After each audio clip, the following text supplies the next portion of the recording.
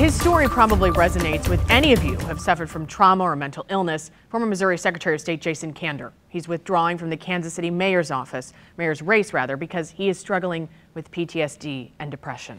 You've been sharing your messages of hope on social media, and we're scrolling those at the bottom of the screen. In tonight's Deep Dive, our Chris Davis explains what we all can do to help end the mental health stigma. Chris? Well, Mike, this is the blog post that we're talking about from Jason Kander, and this is the quote that really stood out to us. It says, "After 11 years of this, I finally took a step forward with dealing with it, but I didn't step far enough." That's a message that resonates with a lot of combat veterans, including one that I spoke to earlier today who says he couldn't really start down the journey of help until he admitted there was something wrong.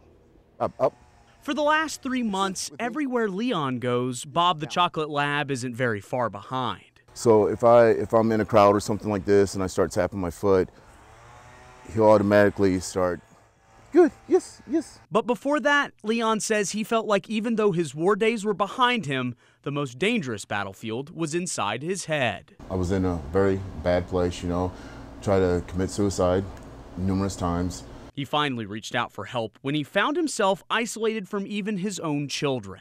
And I knew that something needed to change. Which is why he feels like former Secretary of State Jason Kander has already gotten over the highest hurdle. He's admitted he needs help, and he's talking about it. The more you talk about it, the more you're going to help other people, and you heal yourself. Anthony Bass is the team leader of the Behavioral Health Unit for SSM Health St. Louis. The two most effective approaches would be medication combined with therapy. So individuals, I would encourage them to follow up with their primary care physician and or a counselor. Bass says Kander is the perfect example that someone struggling with depression and PTSD can appear to be perfectly normal. I think that there are numerous events or cases where individuals are suffering in silence and not wanting to get help because of the stigma associated with mental illness. Come on, with me. Then comes finding the right treatment for each patient. For Leon, it's been having Bob just a tail length away. He's my best friend. It made me start caring for people. I've been able to open up more with people, can go into crowds without feeling like I'm always on guard. Let's say somebody's watching this tonight and maybe, realizes that they have some unresolved issues with PTSD or mental health. What would be your encouragement to them? Get counseling.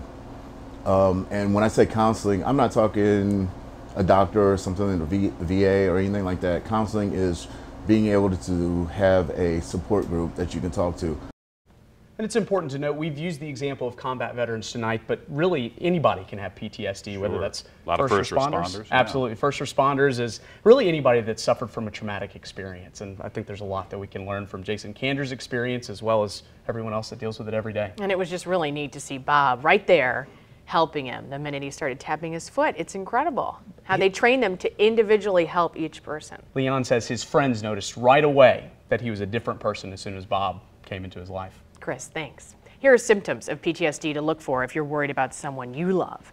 So re-experience the trauma through recollections of the event, flashbacks, and nightmares. Emotional numbness and avoidance of reminders of the trauma. Difficulty sleeping and concentrating, feeling jumpy, and being easily irritated and angered.